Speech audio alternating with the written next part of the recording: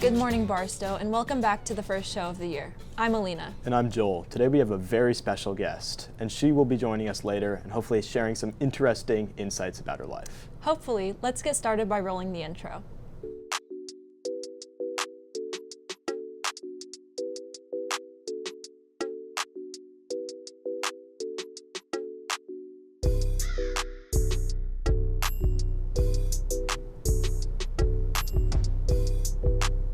Starting off, the other stribling has requested that student drivers stop by her office and pick up their parking permits, and if they haven't already requested or registered their vehicles, to do so. Security has also asked that students don't leave backpacks on the hallway floor, as it is a fire hazard. Definitely keep your backpacks off the floor. We don't want anyone tripping during an emergency. Hey Joel, have you seen the green posters with QR codes hanging up around the school? I have. I was actually wondering what they were for. Well, thankfully, we have Emily here to explain it for us. Let's go to her. Hey everyone, I don't know if you've seen, but around the school we have these green QR codes, and basically it's a link tree for so many things. So you take your phone, you open up the camera app and you scan it. After you've scanned the QR code, it takes you to our link tree, which has so much information.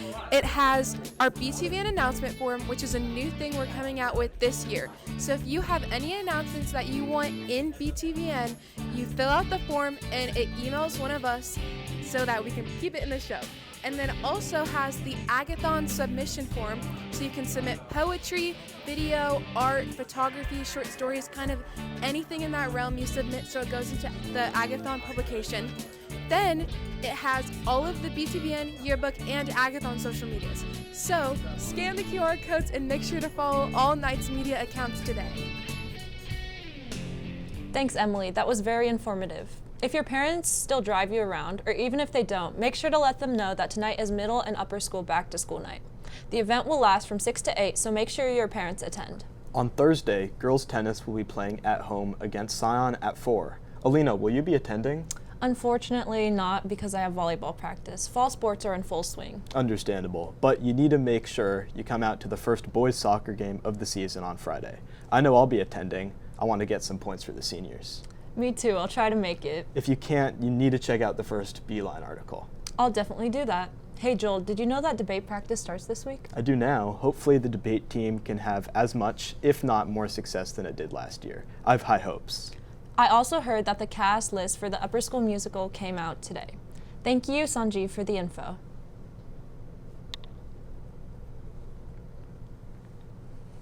Congrats to all our future Broadway stars. Have you noticed all the new faces around the building? I have. Seems like we have a lot of new members of faculty and staff. Super exciting to see. And have you gotten the chance to talk with Dr. Marion? I have. She seems super cool. And it also seems like there's a super cool piece about her, so we should probably go check it out. Hi, I am Jenny Marion, and I am the Upper School Division Director here at the Barstow School. This is my first year, and it has been an adventure so far. My very first day was July 1st, when there was 5 inches of rain in 90 minutes, and the school flooded. So that was fun to see how it was not fun to see the flood. It was great to see how all of the students and the adults came together to try to mitigate the water coming in through the doors. My first day was the first day of school, which was Thursday, August 15th, and we had an unexpected fire alarm at 9 a.m. So it's been a great start so far, and I cannot wait to see what else the year brings. One of the questions I was asked was, why Barstow? For the past 5 years, I've been the assistant division director at the Pembroke Hill School. My daughter was also at the Pembroke Hill School with me, and she was graduating in May. And a friend told me about this opening at Barstow, and I thought, interesting. So I went to your website. I was very taken with your mission. I love the mind, body, and character aspect and Mary Barstow's original vision. I also was intrigued by the global programs and the idea space.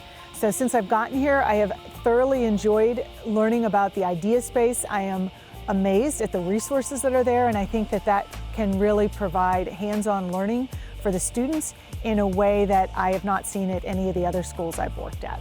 As I was thinking about, goodness, I have had a winding career path, and it's been very enjoyable to live in different cities and work with different student populations and in different school communities. But now I've decided about, 5 years ago to move back to Kansas City. My entire extended family lives here, and it was time to kind of come home, so to speak. As I reflect back on, I've lived up and down on the East Coast internationally, 5 years in Minneapolis, a couple of years in Arkansas, and again, wide, diverse group of schools. But when I think back to kind of what I've learned that I want to bring with me into working as the principal, the division director here with the Barstow community, is I hope that as the division director, I can help all of us be intentional about when we put the individual ahead of the community and the common good, and when we focus on the common good over the individual. So I was thinking back, and I have two distinct memories that stand out about this that really shaped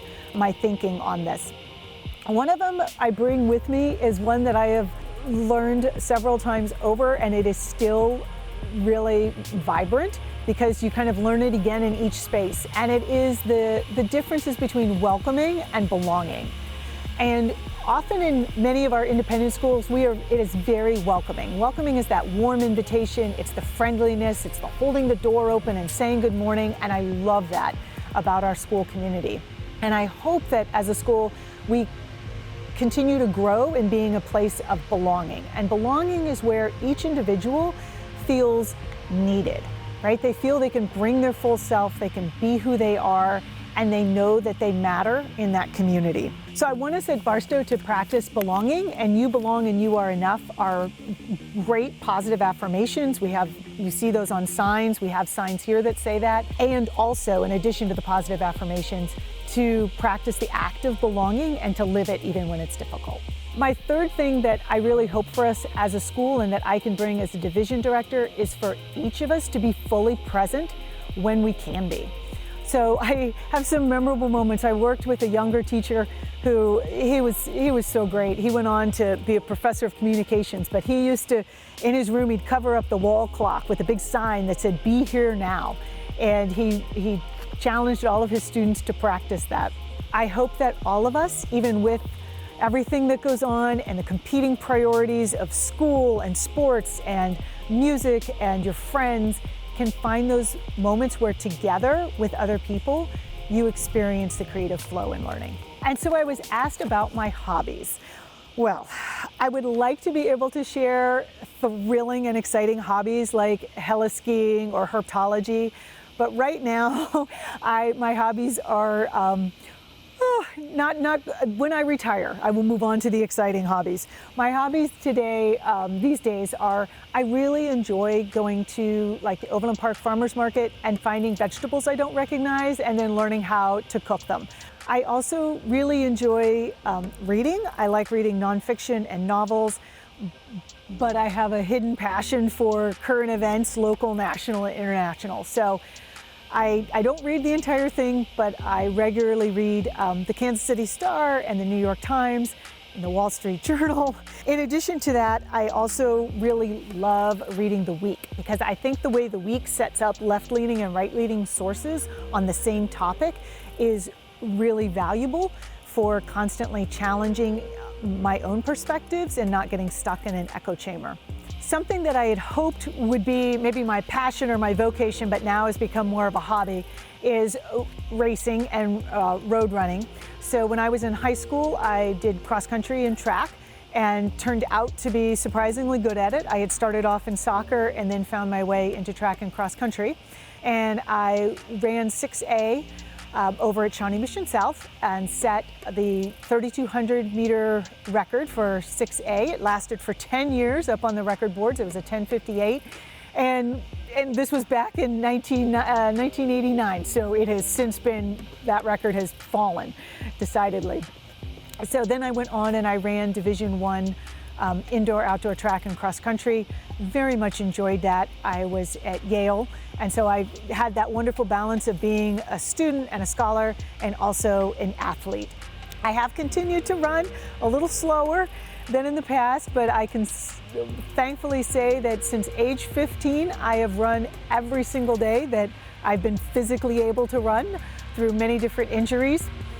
And I hope that all of you find something that is sustaining for you and helps you feel like you kind of have a healthy life balance, whatever that may be.